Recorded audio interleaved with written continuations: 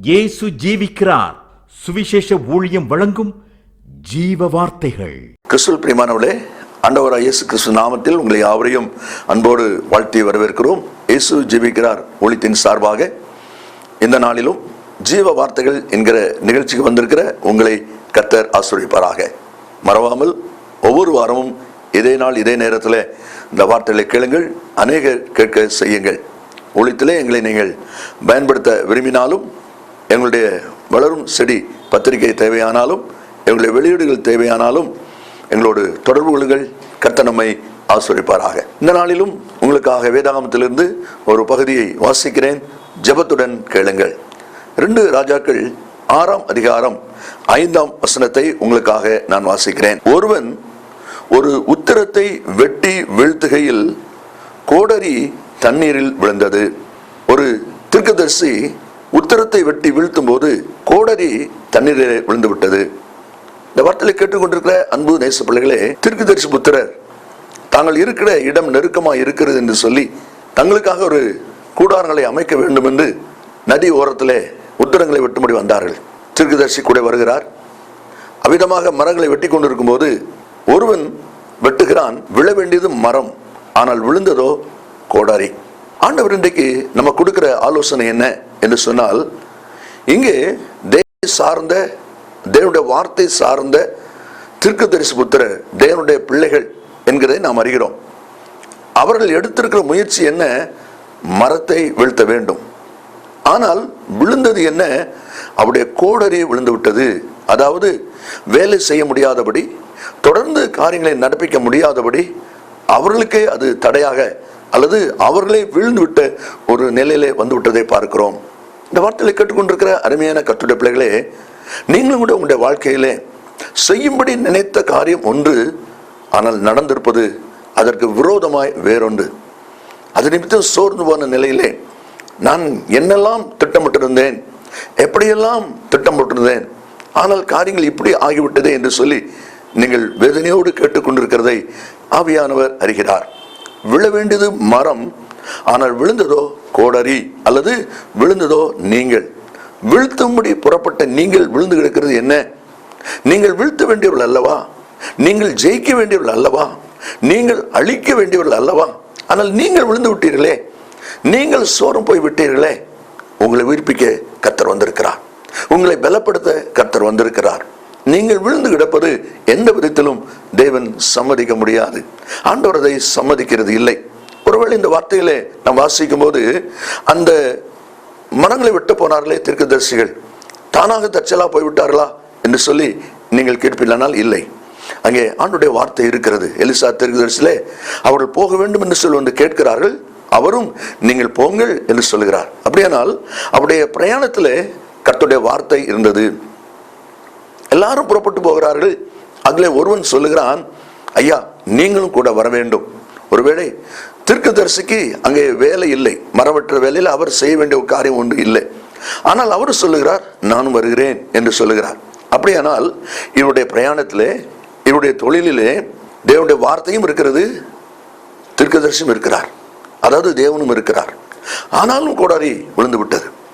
இந்த வார்த்தையை கேட்டுக்கொண்டிருக்கிற அருமையான கர்த்தருடைய பிள்ளைகளே, நான் ஜெபித்து தானே இதை செய்தோம், ஆண்டவரிடத்தில் விசாரித்து தானே இதை நாம் நடப்பித்தோம், ஆண்டவர் கூட நம்மோடு வந்தாரே, பின் ஏன் நம்முடைய வாழ்க்கையில இப்படி நாம் விழுந்து கிடக்கிறோம், இப்படி நாம் சோர்ந்து கிடக்கிறோம், இப்படி நாம் தளர்ந்த நிலையிலே தள்ளப்பட்டு விட்டோமே என்கிற ஏக்கத்தோடு கூட நீங்கள் இருக்கலாம். இந்த நாளிலும் கர்த்தருடைய ஆவியானவர் நமக்கு கொடுக்கிற வார்த்தையை தேவனுடைய பிள்ளைகள் என்ன அறிந்து கொள்ள வேண்டும். விழ வேண்டியது விழவில்லை, விழக்கூடாதது விழுந்து விட்டது. சாதிக்க வேண்டி நீங்கள் சாதிக்க முடியாதபடி இப்பொழுது வீழ்ந்து கிடக்கிறீர்கள். வேதாகமத்தில் அநேக அனுபவங்கள் சொல்லப்பட்டிருக்கிறது. ஏன் இப்படிப்பட்ட சம்பவங்கள் வருகிறது என்பதை குறித்து வேதத்தில் பார்க்க முடியும். முதலாவது ஒரு வசனத்தை உங்களுக்காக நான் வாசிக்கிறேன், கவனிங்கள். யோசுவாவின் புஸ்தகம் 7ஆம் அதிகாரம் 10வது வசனத்தை நாம் வாசிக்கும் போது கர்த்தர் யோசுவாவை பார்த்து சொல்கிறார், யோசுவாவே எழுந்திரு, நீ இப்படி முகங்குப்புற விழுந்து கிடக்கிறது என்ன? எழும்பு, ஆயி பட்டணத்துக்கு நேராக யுத்தம் ஆரம்பமாகிறது. கர்த்தத்தில் விசாரித்து யுத்தத்துக்கு ஆட்களை அனுப்புகிறான். ஆனால் போனவர்கள் தோற்று போனார்கள். பாளையத்திலே தோல்வி ஏற்பட்டு விட்டது. ஐயோ தேவனிடத்தில் விசாரித்தோமே, வார்த்தையின்படி தானே அனுப்பினோம், ஆனாலும் தோல்வி வந்து விட்டது என்கிறதை தாங்க முடியாத அந்த யோசுவா மூங்கூப்புற விழுந்து கிடக்கிறான். கர்த்தர் அவனை எழும்பு என்று சொல்லுகிறார். ஏன் இப்படிப்பட்ட ஒரு தோல்வி, ஏன் இப்படிப்பட்ட ஒரு வேதனை? 11வது வசனத்திலே நாம் வாசிக்கிறோம். கர்த்தர் யோசுவா பார்த்து சொல்லுகிறார், இஸ்ரவேலர் உன்னுடைய ஜனங்கள் பாவம் செய்து விட்டார்கள், தவறு செய்து விட்டார்கள் என்று சொல்லி ஆண்டவர் சொல்வதை நாம் அங்கே பார்க்கிறோம். இந்த வார்த்தையை கேட்டுக்கொண்டிருக்கிற அன்பு நேச பிள்ளைகளே, வீழ்த்த வேண்டி நீங்கள் விழுந்து கிடக்க காரணம் என்ன? ஏதோ ஒரு விதத்திலே தேவனுக்கு பிரியமில்லாத ஒரு பாவம், ஒரு தவறு, ஒரு மீறுதல், ஆண்டவர் வேதனைப்படும்படியான ஒரு காரியம் நடந்திருக்கிறது. நீங்கள் அறிந்து செய்தீர்களோ அறியாமல் செய்தீர்களோ அது உங்களுக்கு தான் தெரியும். ஆனால் அப்படிப்பட்ட ஒரு தவறு ஏற்பட்டபடியினால் தோல்வியை சந்திச்சிருக்கீங்க. அது நிமித்தமே ஒரு வேதனையின் அனுபவம். அதைத்தான் கர்த்தருடைய ஆவியானவர் எங்கே நமக்கு சுட்டி காண்பிப்பதை பார்க்கிறோம். வீழ்த்த வேண்டியவர்கள் வீழ்ந்து கிடக்க முதலாவது ஒரு காரணம் அவருடைய வாழ்க்கையில ஏற்பட்ட குறைவுகள். இந்த வார்த்தையை கேட்டுக்கொண்டிருக்கிற நீங்களும் கூட, யோபு சொல்லுகிறார், நான் எதிலே தவறினேனோ அதை எனக்கு தெரியப்படுத்துங்கள்.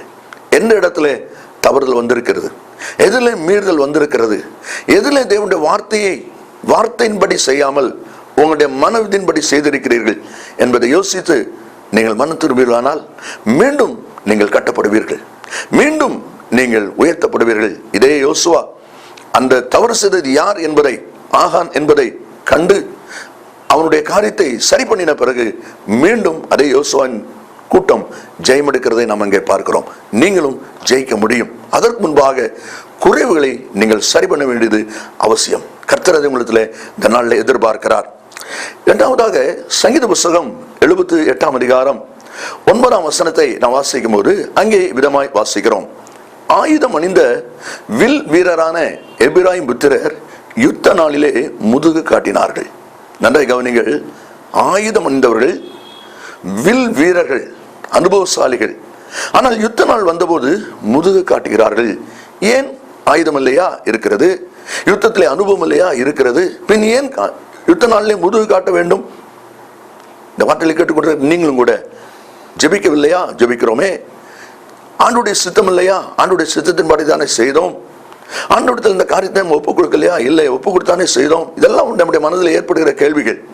பின் ஏன் எனக்கு தோல்வி, பின் ஏன் எனக்கு ஆசீர்வாத குறைவு என்பது உங்களுடைய வாழ்க்கையில விடை கண்டுபிடிக்க முடியாத கேள்வியோடு நீங்கள் அமர்ந்திருக்கிறதை கர்த்தருடைய ஆவியானவர் உணர்கிறார்.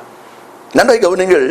ஆயுதம் அணிந்த வில் வீரரான எபிராயிம் புத்திரர் யுத்த நாளிலே, போராட்டத்தின் நாளிலே, பிரச்சனை நாளிலே, பலவீனத்தின் நாளிலே முதுகு காட்டுகிறார்கள் என்று சொல்லி தேவனுடைய வார்த்தை சொல்வதை பார்க்கிறோம். அதற்கு காரணம் என்ன என்பதை வாசிக்கும் போது பிரசங்கி புத்தகத்திலே 10ஆம் அதிகாரம் 10வது வசனத்திலே நாம் வாசிக்கும் போது, இருப்பு ஆயுதம் மழுங்கலா இருக்க.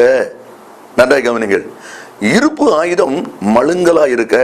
இதுல 2 காரியம் இருக்குது. ஒன்று, உன்னிடத்தில் இருக்கிற ஆயுதம், இன்னொன்று இரும்பினால் செய்த ஆயுதம். ஏன் யுத்தத்திலே பயன்படுத்த முடியாமல் புறமுதுகு காட்டி ஓடுகிறோம்? ஏன் ஓட வேண்டிய நிலை அந்த வீரர்களுக்கு ஏற்படுதுன்னு சொன்னால், ஆயுதம் இருக்கிறது, ஆனால் எப்படி இருக்கிறது? மழுங்கலா இருக்கிறது. அது தீட்டப்படவில்லை, யுத்தத்திற்கு பயன்படுத்தும்படியாக அது ஆயத்தம் பண்ணப்படவில்லை. நன்றா யோசியுங்கள் அருமையானவர்களே, நன்றா யோசியுங்கள். நீங்கள் ஆயுதங்களை வைத்திருப்பது நீங்கள் ஆயுதங்களை வைத்திருப்பது உண்மைதான். தேவன் உங்களுக்கு கொடுத்த ஜெப ஆயுதம் உங்களிடத்தில் இருக்கிறது, தேவன் உங்களிடத்தில் கிருபை உங்களிடத்தில் இருக்கிறது. ஆனால் அது பயன்படுத்தும்படி கூர்மையா இருக்கிறதா? அதை கூர்மையா வைத்திருக்கிறீர்களா? அது கூர்மை இல்லாமல் அது மழுங்கலா இருக்குமானால் அதை எடுத்துக்கொண்டு யுத்தத்துக்கு போவதற்கு, காரியங்களை செய்வதற்கு உங்களுக்கு தைரியம் இருக்காது. காரணம், நீங்கள் ஆயத்தம், ஆனால் உங்கள் கையிலே கொடுக்கப்பட்டிருக்க ஆயுதம் மழுங்கலா இருக்கிறது. அதுதான் தேவனுடைய வார்த்தையை சொல்வதை நாம் அங்கே பார்க்கிறோம். 1 சாமுவேல் 17வது அதிகாரத்திலே பெலிஸ்தருக்கும் இஸ்ரவேலுக்கு இடையில யுத்தம் நடக்கிற கோலியாத்தின் அந்த சம்பவத்தை குறித்து நாம் வாசிக்கிறோம். கோலியாத் தனித்து நின்று 40 நாட்கள் சொல்லிக்கொண்டே இருக்கிறான். ஆனால் வேதம் என்ன சொல்கிறது? அந்த 17ஆம் அதிகாரத்திலே 11, 24 வசனங்களை வாசிக்கும் போது, இஸ்ரவேலர் அந்த சத்தத்தை கேட்டவுடனே அவர்கள் மிகவும் கலங்கி பயந்தார்கள் என்று சொல்லப்பட்டிருக்கு, நடுங்கினார்கள் என்று சொல்லப்பட்டிருக்கிறது. ஆயுதம் இருந்த போதிலும், ஆயத்தமா இருந்த போதிலும், கோலியாத்தினுடைய எதிராளியுடைய சத்தத்தை கேட்டவுடனே பயந்தார்கள், நடுங்கினார்கள். ஆகினால் அவர்களால் நிற்க முடியவில்லை. இந்த வார்த்தைகளை கேட்டுக்கொண்டிருக்கிற அன்பு நேச பிள்ளைகளே, உங்களுடைய வாழ்க்கையில் கூட யோசித்து பாருங்கள். யாரை குறித்து எதை குறித்து ஒரு பயம் உங்களுக்குள்ள இருக்குமானால் அந்த பயம் உங்களை தைரியமாக முன்னேற விடாது. வீழ்த்த வேண்டியதை வீழ்த்த விடாது. வீழ்த்துவதற்காக நீங்கள் விழுந்து கிடக்க காரணம் உங்கள் வாழ்க்கையில் ஏற்பட்டிருக்கிற பயம். அவர்களை பார்த்தாலே பயம், அவர்களுடைய சத்தம் கேட்டாலே பயம், என்ன நடக்குமோ என்கிற பயம். இந்த பயத்தின் அனுபவமே உங்களுடைய வாழ்க்கையில் உங்களை நிமிர்ந்து இருக்க விடாமல் பண்ணியிருக்கிறதை ஆவியானவர் சொல்லிக் கொண்டிருக்கிறார். நீங்களும் கூட உங்களுடைய வாழ்க்கையில யாரை குறித்து எதை குறித்து பயந்து போய் கொண்டிருக்கிறீர்கள்? இன்றைக்கு அந்த காரியத்தை நீங்கள் மாற்ற வேண்டும் என்று ஆண்டவர் எதிர்பார்க்கிறார். 1 யோவான் 4:18 அன்பிலே பயம் இல்லை, பூரண அன்பு பயத்தை புறம்பே தள்ளும் என்று சொல்லி தேவனுடைய வார்த்தையை சொல்வதை நாம் அங்கே பார்க்க முடியும். மூன்றாவதாக ஆதியாகமம் 16ஆம் அதிகாரம் 2வது வசனத்தை வாசிக்கும் போது சாராயின் வார்த்தைக்கு ஆபிரகாம் செவி கொடுத்தான் என்று சொல்லப்பட்டிருக்கிறது. கர்த்தரின் கற்பத்தை அடைத்து விட்டார், எனக்கு குழந்தை இல்லை, ஆகினாலே அடிமைப்பட்டோடு சேரும் என்று சொல்லி சாராயுடைய வார்த்தை ஆபிரகாம் செவி கொடுத்தான் என்று சொல்லி பார்க்கிறோம்.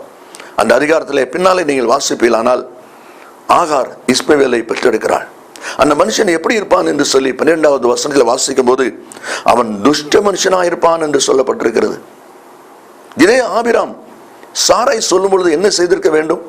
அதுக்கு முந்தின அதிகாரத்திலே 15ஆம் அதிகாரம் 5ஆம் வசனத்திலே கர்த்தர் அவனை கூடாரத்துக்கு வெளியே கொண்டு வந்து வானத்தை அண்ணாந்து பார் என்று சொல்லி நட்சத்திரத்தை எண்ண முடியுமா, உன் சந்ததி வீரமாக இருக்கும் என்று சொன்னாரே. சாராயுடைய வார்த்தையை வீழ்த்த வேண்டி நீ சாராய் வார்த்தையில விழுந்து விட்டாயே, ஒரு பெரிய நஷ்டம். வார்த்தையினாலே உங்களை மயக்கி விட்டார்களா? வார்த்தையினாலே உங்களை சோர பண்ணின ஜனங்கள் இருக்கிறார்களா? கொஞ்சம் யோசித்து பாருங்கள். கர்த்தர் உங்களுக்கு பேசின வார்த்தை என்ன? நீங்கள் இப்பொழுது விழுந்து கிடக்கிற அனுபவம் எங்கே? யாருடைய வார்த்தையினால் விழுந்து கிடக்கிறீர்கள்? நீங்கள் எழும்ப வேண்டும் என்று சொல்லி கர்த்தர் எதிர்பார்க்கிறார். அதைத்தான் இங்கே வாசிக்கிறோம். வீழ்த்த வேண்டி நீ விழுந்து விட்டாயே என்று சொல்லி தேவனுடைய வார்த்தை சொல்வதை பார்க்கிறோம். மத்தேயு 20:6 நாம் வாசிப்போமானால் 4வது அனுபவமாய் சொல்லப்பட்டிருக்கிறது. எஜமான் அல்லது தோட்டக்காரன் வேலையாட்கள் சிலர் சும்மா நிற்கிறதை பார்த்து நீங்கள் பகல் முழுவதும் இங்கே சும்மா நிற்கிறது என்ன என்று சொல்லுகிறான். பகல் முழுவதும் சும்மா இருக்கிறது என்ன? வேலை செய்ய வேண்டியவங்க எனக்கு யாரும் வேலை கொடுக்கலன்னு சொல்லிட்டு இருக்கிறாங்க. ஊழியக்காரனே, ஊழியத்துக்கு அழைக்கப்பட்ட தேவ பிள்ளையே, கர்த்தர் எனக்கு வேலை கொடுக்கவில்லை என்று நீ சொல்லாதே. வேலைக்கு ஆள் இல்லாமல் தேடிக்கொண்டிருக்கிறார். வேலையை நிறைவேற்றுவதற்கு ஆட்களை தேடிக்கொண்டிருக்கிறார். நீயோ சோம்பேறித்தனமாய் உனக்கு கொடுத்த தாளந்து பயன்படுத்த கூடாதவனாக நீ நின்று கொண்டிருப்பது கர்த்தருக்கு பிரியமல்ல, கர்த்தருக்கு பிரியமல்ல. நீ ஏன் சும்மா நிற்கிறாய் என்று சொல்லி இன்னைக்கும் கர்த்தர் உன்னை எச்சரிப்போடு தேடிக்கொண்டிருக்கிறார் என்பதை மறந்து போக வேண்டாம். பிரசங்கி 10:18 சொல்லுது, மிகுந்த சோம்பலினால் மேல்மச்சு பழுதாகும். நன்றாய் கவனிங்கள். உத்தரத்தை வெட்டி வீழ்த்தும் போது விழ வேண்டியது மரம், விழுந்தது கோடரி. உங்களுடைய வாழ்க்கையிலும் கூட யோசித்து பாருங்கள். வீழ்த்த வேண்டிய நீங்கள் விழுந்து கிடப்பதற்கு காரணம் என்ன? 4 காரணம். 1, பாவம், அருவருப்பான வாழ்க்கை.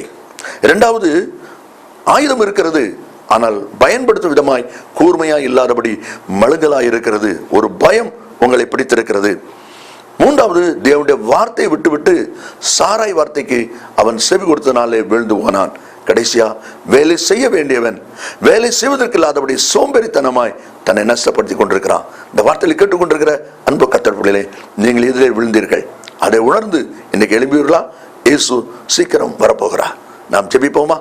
கிருபை நிறைந்த நல்ல ஆண்டவரே, ஆசீர்வதிக்கப்பட்ட இந்த அருமையான வேலைக்காக, இந்த வார்த்தைக்காக நமக்கு நன்றி சொல்லுவோம். அப்பா, வீழ்த்தும்படி அழைக்கப்பட்ட பிள்ளைகள் விழுந்து கிடக்கிறார்களே என்கிற ஆதங்கத்தோடு கர்த்தர் பேசிக் கொண்டிருக்கிறேன்.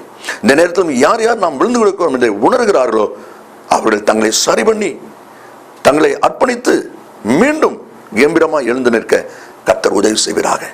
விழுந்தவன் எழுந்திருக்கிறது இல்லையோ என்று சொல்கிறேன். அவ்விதமாய் நீ தூக்கி விடுகிற தேவனா இருக்கிறபடினா அவர்களை தூக்கிவிட நீர் ஆயத்தம். இந்த பிள்ளைகளை தங்களை ஆயத்தப்படுத்திக் உதவி செய். இரட்சகர் இயேசுவின் நாமத்தில் பிதாவே, ஆமேன், ஆமேன். கர்த்தர் உங்களை ஆசீர்வதிப்பாராக. ஆமேன். மேலும் விவரங்களுக்கும் உங்கள் ஜெப தேவைகளுக்கும் நீங்கள் எங்களோடு தொடர்பு கொள்ள வேண்டிய முகவரி: ஜீசஸ் லிவ்ஸ் காஸ்பல் மினிஸ்ட்ரீஸ், சகோதரர் John M Jeyaraj, 123A Dohnavur road, Mavadi, Nellai மாவட்டம், தென்னிந்தியா 627107. Cellphone 9443113292. Email yesujivikaar@gmail.com. Website www.jesuslives.com. jesuslivesministries.org.